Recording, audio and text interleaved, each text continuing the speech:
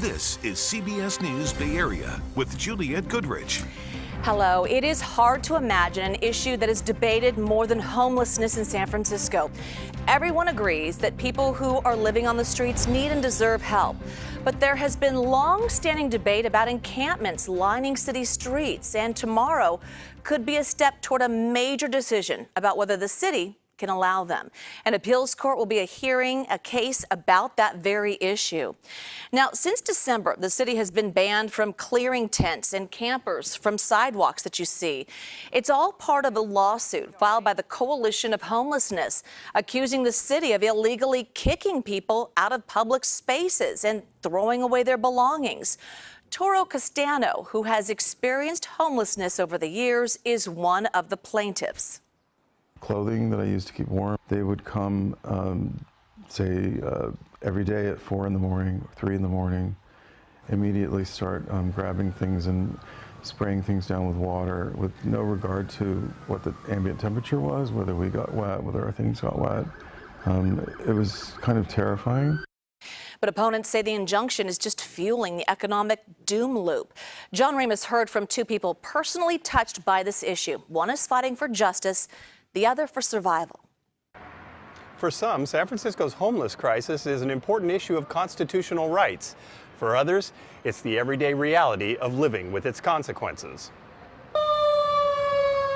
To outsiders, the streets of the Tenderloin resemble a scene from a dystopian movie.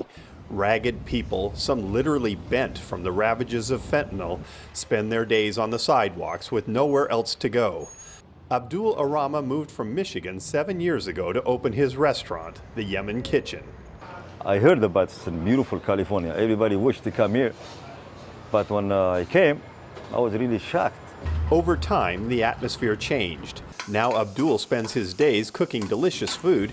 He says the only Yemeni food in town, but he's lucky to have one customer per hour because of what's happening outside.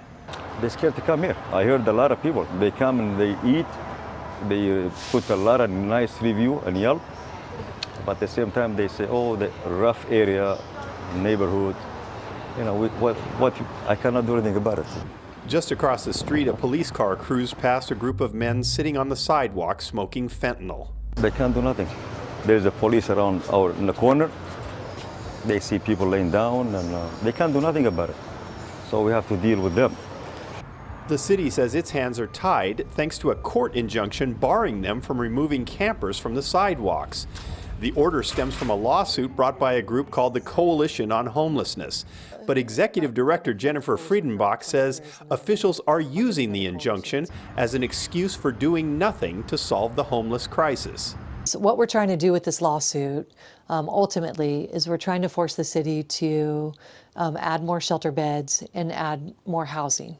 And so this is a tool to get us there. But beyond that, Friedenbach says the right to be on a sidewalk is a constitutional matter as well. I think that when you say that public space is only available to a particular class of people, we've got a problem. The law is clearly established, and you can't criminalize homeless people who are involuntarily homeless. That term, involuntarily homeless, will be key at Wednesday's Ninth Circuit appeal hearing. How broadly it is defined will determine how much power the city might have to conduct homeless sweeps. Friedenbach says their lawsuit is meant to put pressure on officials to work on the actual problem. However you feel about homeless people and you want to see it solved, then you should be joining in our efforts because we're trying to solve homelessness. Meanwhile, back at the restaurant, Abdul says he does feel some anger, but he's also been desensitized to the depravity. So just like the people on the street, he's given up hope that much will ever change. They come back again and again. There is nowhere for them to go. Where are they going to go? The choices seem absurd: to allow chaos until everyone has a home of their choosing, or continue trying to sweep the problem under the rug when the rug no longer exists. That was John Ramis reporting. Mayor London Breed addressed the injunction today and said the city is prepared to take this case all the way to the Supreme Court. The way the city works, even if we have something for everyone, we still can't force people into shelter or to housing. We need the ability to at least clear the sidewalks and try and get people into treatment. We never clear unless we're offering an alternative. If we have a place for people to move, we should not be forced to just allow people to be on the sidewalks and streets. Mayor Breed and other city officials plan to attend a rally tomorrow morning outside the 9th Circuit Court where arguments against the injunction will be heard. So meantime, the Bay Area's largest city is unveiling a new plan to kill two birds with one stone: the affordable housing crisis and falling hotel occupancy rates. Devin Feely is in San Jose with a proposal to convert an iconic downtown hotel into college dorms. On some level, it must seem like a bit of an odd pairing, a luxury hotel on one side, student housing on the other. But it says a lot both about the need for more campus housing as well as the lingering after effects of the pandemic. I think more housing is good. Lucas Robbins says he nearly disenrolled from San Jose State this semester after not getting campus housing and then struggling to find an off-campus alternative. My friend actually had to skip this entire semester because they couldn't get any affordable housing. I got lucky because I have scholarship and my parents have been saving for a while. Lucas and his classmates' situation underscores the university's need to provide more campus housing for its students and begins to explain why it's exploring buying the South Tower of the nearby Signia Hotel. University Vice President Charlie Foss said in a statement, the university is always exploring options to increase the availability of housing for its students, staff, and faculty, adding, no transactions have been finalized. If the sale and the conversion to campus housing were to come to fruition, it would mark yet another interesting chapter in the hotel's recent history.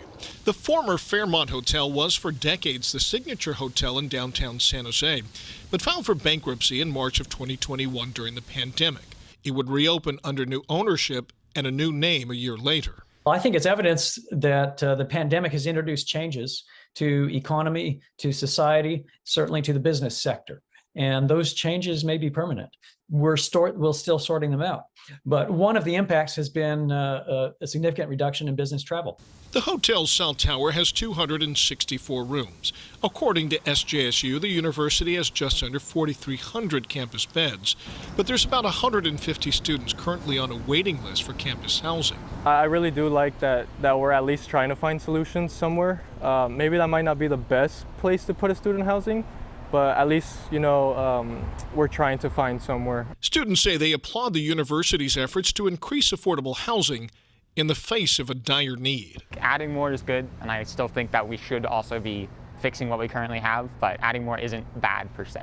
So when is a deal likely to be struck? That's basically unknowable at this point, and it's also unclear about whether or not the fact that this information has leaked out to the public will speed things up or slow them down. Let's take you back to San Francisco, where demonstrators gathered near the busy intersection of 4th and King to call for safety improvements. A week after a 4-year-old little girl was killed in the crosswalk.